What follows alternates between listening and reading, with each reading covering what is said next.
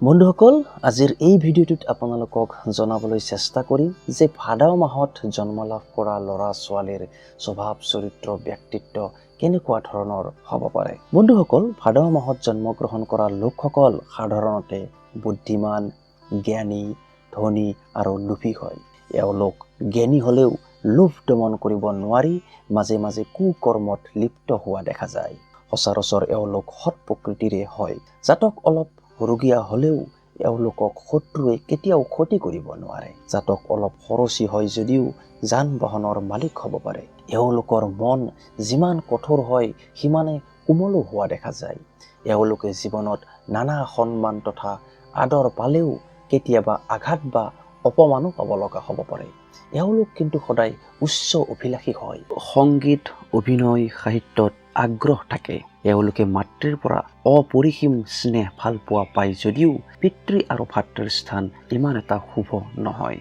এওঁলোক বহু জ্ঞানৰ অধিকাৰী হ'লেও বিদ্যা আহৰণৰ ক্ষেত্ৰত নানা বাধা পায়, যাৰ বাবে উচ্চ শিক্ষা সম্পূৰ্ণ নহ'বও পাৰে। কিন্তু যদিহে এওঁলোকে ধৈৰ্য ৰাখি কাম কৰি যায় তেন্তে শিক্ষাৰ ক্ষেত্ৰত ভাল নাম কৰিব পাৰে। এওঁলোকে জীৱনত বহু সুযোগ হেৰায় যদিও পৰিশ্ৰমৰ দ্বাৰা উন্নতি লাভ কৰিব পাৰে। প্ৰেমিক হিচাপে জাতক আদৰ্শৱান হয় যদিও বিভিন্ন কাৰণত প্ৰেমত বাধা আহিব পাৰে। বৈবাহিক জীৱন ইমান এটা সুখৰ নহ'লেও সন্তানৰ পৰা সুখ লাভ কৰাৰ যোগ আছে।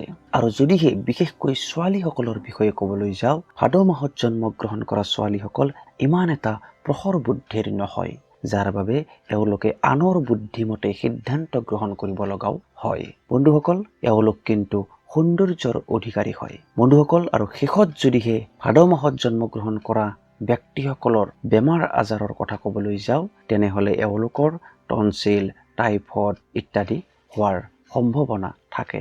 লগতে খুন্দা খাই আঘাত পোৱাৰো যোগ থাকে। বন্ধুসকল, আশা কৰিলোঁ আপোনালোকে আজিৰ এই ভিডিঅ'টোৰ পৰা ভাদ মাহত জন্মগ্ৰহণ কৰা ব্যক্তিসকলৰ স্বভাৱ চৰিত্ৰ, প্ৰেম ভালপোৱা সম্পৰ্কে গম পালে। যদিহে আজিৰ এই ভিডিঅ'টো আপোনালোকৰ ভাল লাগিছে তেন্তে প্লিজ ভিডিঅ'টোত লাইক কৰক, কমেণ্ট কৰক আৰু আপোনাৰ বন্ধুবৰ্গলৈ ভিডিঅ'টো শ্বেয়াৰ কৰক। ধন্যবাদ।